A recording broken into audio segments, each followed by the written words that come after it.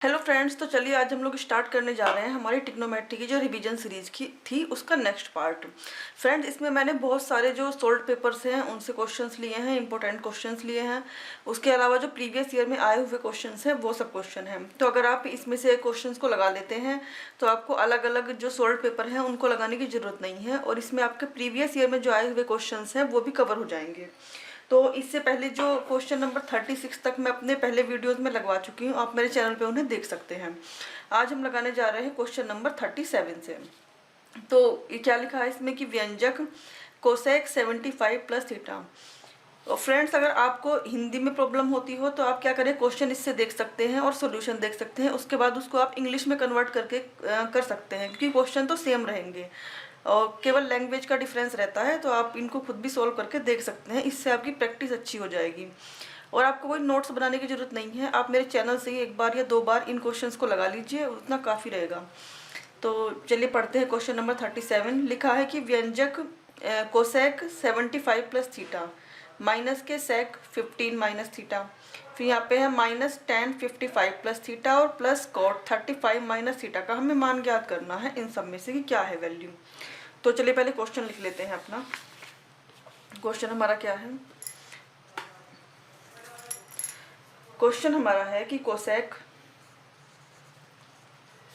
75 plus theta minus के सेक 15 minus के theta minus के टेन 55 प्लस थीटा और यहाँ पे है प्लस के कोट 35 माइनस थीटा। ठीक है, इतना हमारा ये क्वेश्चन है।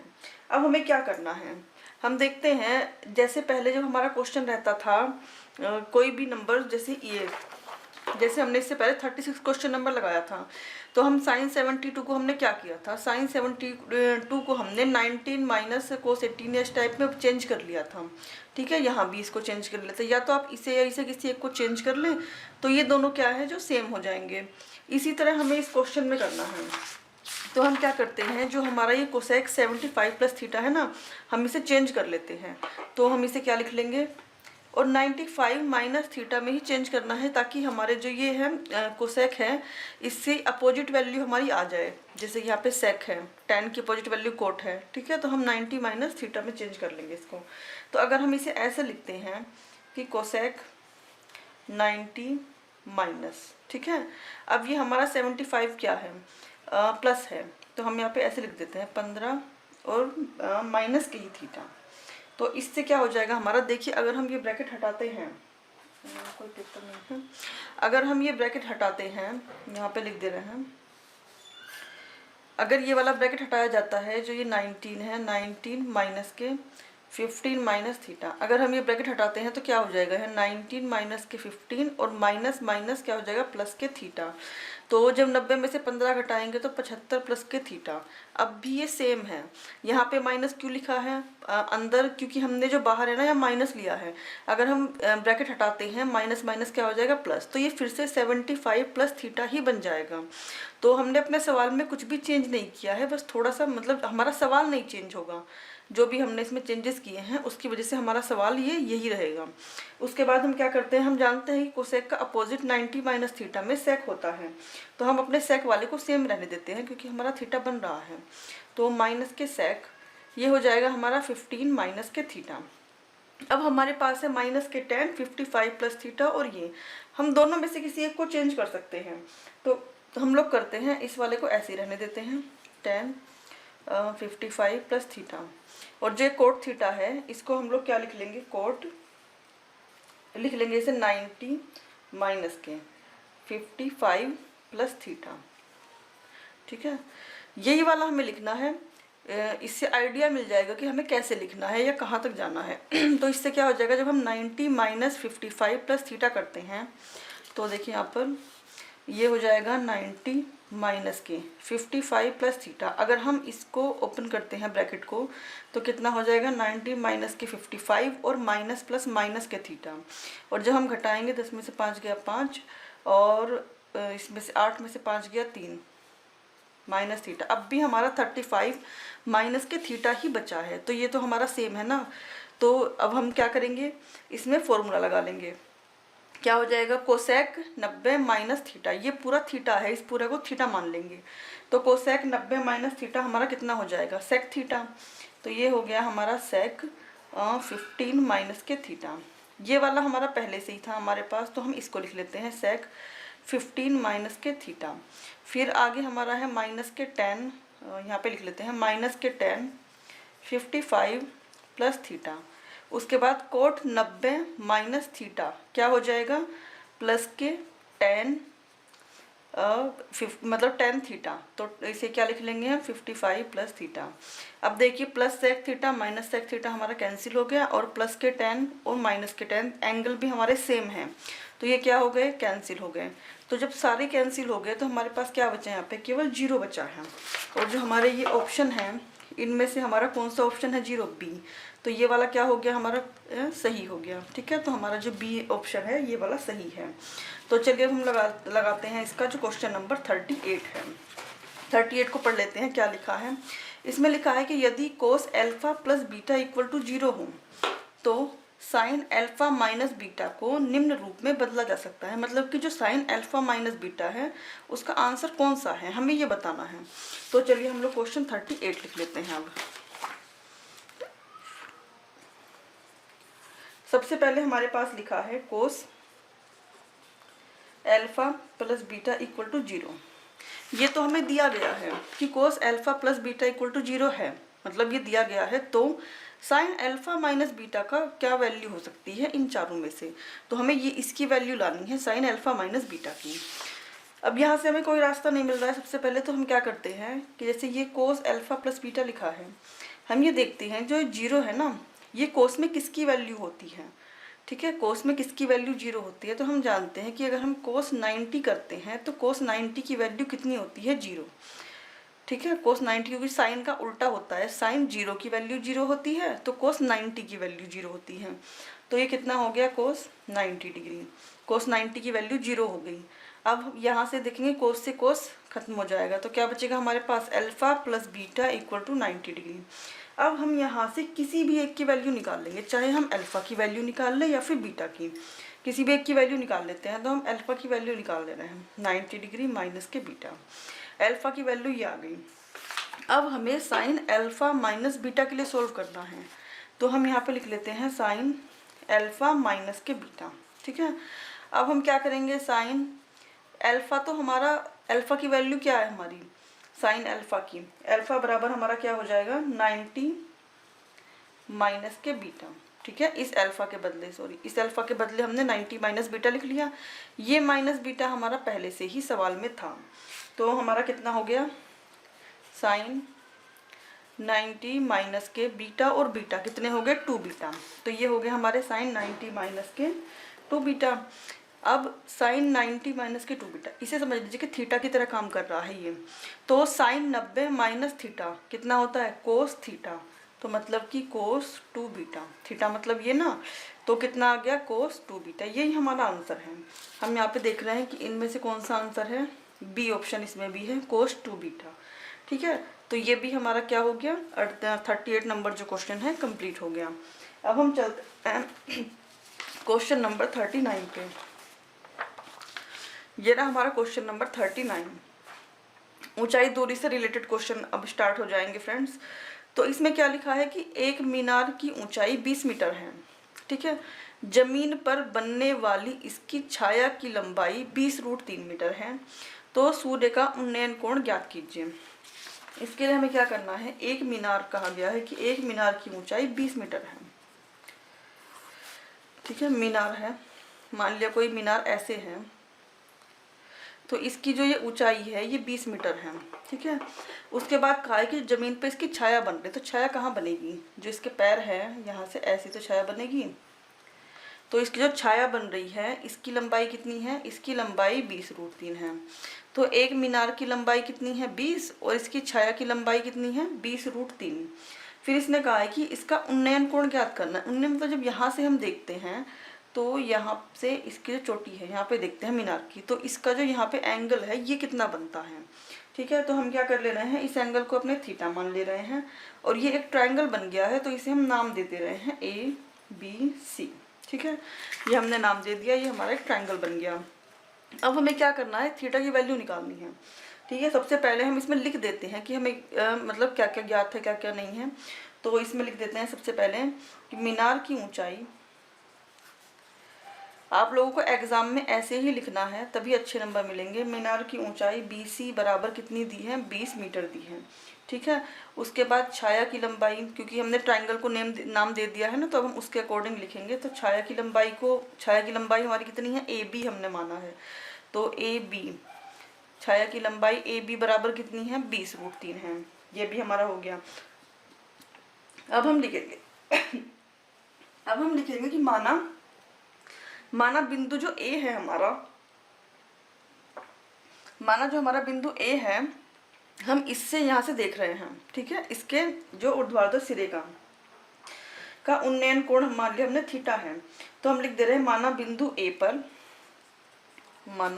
A पर जो सूर्य है उसका उन्नयन कोण। ठीक है, सूर्य यहाँ होगा तभी तो छाया ऐसे बनेगी। माना बिंदु A पर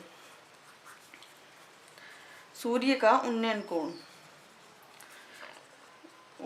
कोण थीटा है। माना बिंदु A पर जो हमारा सूर्य है उसका उन्नयन कोण कितना दिया है, थीटा दिया है। ठीक है, तो अब हमें क्या निकालना है, हमें थीटा की वैल्यू निकालनी है। तो बहुत से बच्चों को कन्फ्यूजन रहता है कि हम टेन थीटा लें, साइन थीटा लें, कोस थीटा लें, इस तरीके से। तो जो भी हमें जो साइड है गिवन होंगी या दी होंगी, हम उसके अकॉर्डिंग लेते हैं तो हमें आसानी रहती है। जैसे कि हमें थीटा निकालना है, ठीक है, और टेन थीटा बराबर क्या होता है, टेन थीटा बराबर होता है हमारा लंब बटे आधार। तो हमें लंब और आधार दोनों दिए हैं। अगर हम टेन थीटा लगाते हैं तो लंब और आधार दोनों को रखने से हमारी थीटा की वैल्यू आ जाएगी।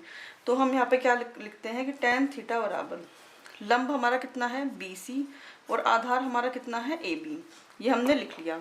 तो BC की वैल्यू कितनी है 20 और AB की वैल्यू कितनी है 20√3, कट गया कितना आया 1/√3। तो टेन थीटा हमारा कितना आ गया, टेन थीटा बराबर हमारा 1/√3 आ गया। अब टेन में किसकी वैल्यू होती है 1/√3, टेन में टेन 30 की वैल्यू होती है 1/√3। तो ये कितना हो गया टेन 30 डिग्री। अगर हम यहाँ से कंपैरिजन करें ten theta equal to ten 30 degree, तो थीटा इक्वल टू कितना हो जाएगा, थीटा इक्वल टू हो जाएगा हमारा 30 डिग्री। ठीक है, तो उन्नयन कोण हमारा कितना हो गया 30 डिग्री। ये 39 क्वेश्चन भी जो हमारा है वो कंप्लीट हो गया। अब चलते हैं क्वेश्चन नंबर 40 पे। क्वेश्चन नंबर 40 क्या लिखा है कि मैदान में खड़ी एक कार का 75 मीटर ऊंची मीनार से अवनमन कोण 30 डिग्री है। मीनार के आधार से कार की दूरी ज्ञात करनी है हमें। ठीक है, तो मैदान में खड़ी एक कार है जिसके एक कार का 75 मीटर ऊंची मीनार से अवनमन कोण इतना दिया है। तो सबसे पहले हम यहाँ पे इसका चित्र ही बना लेते हैं। 40 नंबर क्वेश्चन है, ऐसे एक मीनार है। ठीक है, ये एक मीनार है। तो हम क्या कह रहे हैं कि मैदान में कार खड़ी है, यहाँ पे कहीं पे कार खड़ी है। ठीक है, तो इसका अवनमन कोण तब बनता है जब हम ऊंचाई पर हों और हम गर्दन झुका के देखते हैं, तब अवनमन कोण बनता है। ठीक है, तो हम देख रहे हैं जब मीनार से, तो जो इसका अवनमन कोण है वो 30 डिग्री बन रहा है। ठीक है, मीनार से जो इसका अवनमन कोण है वो कितना बन रहा है 30 डिग्री। तो ये जो हमारी होती है ये हमारी क्षैतिज रेखा होती है ऐसे। ठीक है, हमें देखना सीधे, मतलब सीधे देखते हैं, मगर हम क्या कर रहे हैं, हम गर्दन झुका के यहाँ कार को देख रहे हैं। तो हमारा जो अवनमन कोण है ये वाला, ये कितना बन रहा है 30 डिग्री। बता रहे हैं भी कौन सा अवनमन कोण, तो ये अवनमन कोण जो होता है ये हमारा 30 डिग्री है। ठीक है, ये हमारा 30 डिग्री बन रहा है। उसके बाद इन्होंने क्या कहा है कि मीनार के आधार से कार की दूरी, मीनार के आधार से कार की दूरी ज्ञात करनी है हमें। तो हम क्या करते हैं, मीनार का आधार ये रहा, कार यहाँ खड़ी है, ये वाली दूरी जो इसे हम x मान लेते हैं, हमें यही ज्ञात करनी है। ठीक है, उसके अलावा हमें क्या दिया है कि जो मीनार है ना, ये इसकी ऊंचाई है 75 मीटर, ये हमें पता है। और इसमें हमें कुछ नहीं पता, हम इस त्रिभुज को जो है नाम दे देते हैं कि ABC, इस तरीके से ABC।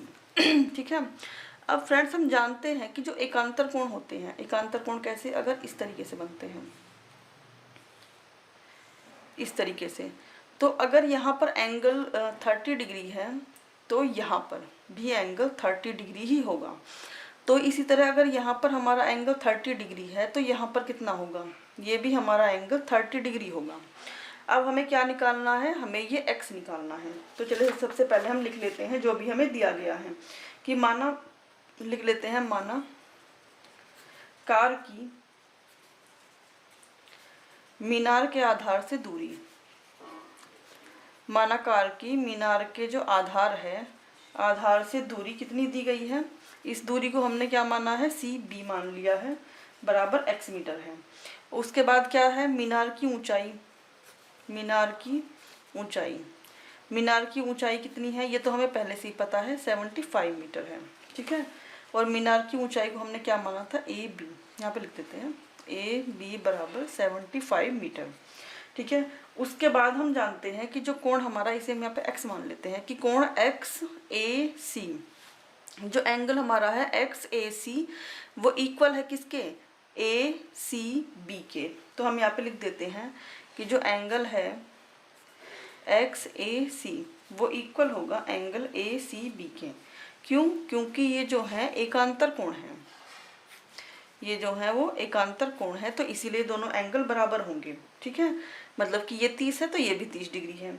उसके बाद हम क्या करते हैं, अब त्रिभुज ABC में, अब हमें त्रिभुज ABC से ही काम है केवल, तो हम क्या लिखते हैं, हमें ये निकालना है। मैंने पिछले सवाल में भी आपको बताया था कि ये इन तीनों में से कोई एक चीज़ हमें दी होगी, मतलब दो चीज़ हमें दी होंगी और तीसरी निकालनी होगी। तो अब की बार हमें ये दोनों चीज़ें दी हैं और ये निकालना है। तो हम क्या लिखेंगे, tan 30 डिग्री, tan थीटा बराबर क्या था, लंब बटे आधार, ठीक है। लंब हमारा कितना है AB और आधार कितना है BC या CB, कुछ भी लिख सकते हैं इसको, BC। तो अब देखिए AB की वैल्यू कितनी है 75, अगली लाइन में लिख लेंगे tan 30 की वैल्यू कितनी है 1/√3।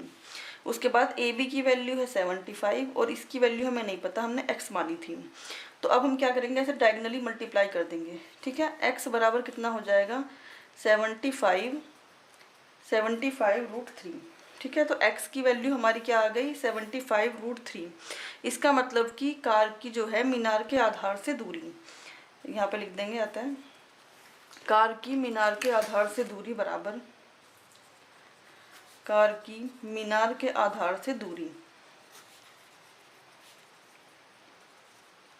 मीनार के आधार से दूरी, दूरी को हमने क्या माना था x, तो x बराबर कितनी हो गई 75√3। ये हमारा क्या हो गया, ये हमारा आंसर हो गया। तो चलिए अब नेक्स्ट क्वेश्चन लगाते हैं 41। इसमें क्या लिखा है 41 में, इसमें लिखा है कि आंधी के कारण किसी वृक्ष का ऊपरी भाग टूटकर क्षैतिज तल पर 45 डिग्री का कोण बनाता है। यदि वृक्ष का शिखर क्षैतिज तल पर जड़ से 6 मीटर की दूरी पर मिलता है तो वृक्ष की ऊंचाई क्या थी, इनमें से बताना है हमें, आंसर क्या है। तो चलिए इसके लिए भी पहले चित्र बना लेते हैं इसका। इसने कहा है कि एक पेड़ है, जब आंधी आई तो वो टूट के ऐसे नीचे गिर गया है। सबसे पहले हम पेड़ बना लेते हैं, ये मान लिया पूरा पेड़ था, ठीक है। उसके बाद इसका नाम है A और C, ये यहाँ B पॉइंट से आंधी के कारण टूट गया, ये ऊपर वाला हिस्सा, ये जो ऊपर वाला ये हिस्सा है, ये वाला आंधी के कारण टूट गया इतना हिस्सा, और टूटने के बाद ये क्या हुआ, यहाँ से ऐसे गिर गया। टूटने के बाद ये वाला जो हिस्सा है, ये ऊपर वाला, ये टूट के ऐसे यहाँ गिर गया, ठीक है। तो यहाँ पे गिर गया तो हम क्या करेंगे, इसको ऐसे बना लेंगे। पर इसने क्या कहा है कि जड़ से 6 मीटर की दूरी पर, जब ये हिस्सा यहाँ टूटकर गिरेगा, मान लिया यहाँ तक आ गया ये टूटने के बाद, तो ये जड़ से इसकी दूरी कितनी है, जड़ से इस हिस्से की दूरी कितनी है 6 मीटर है, ठीक है।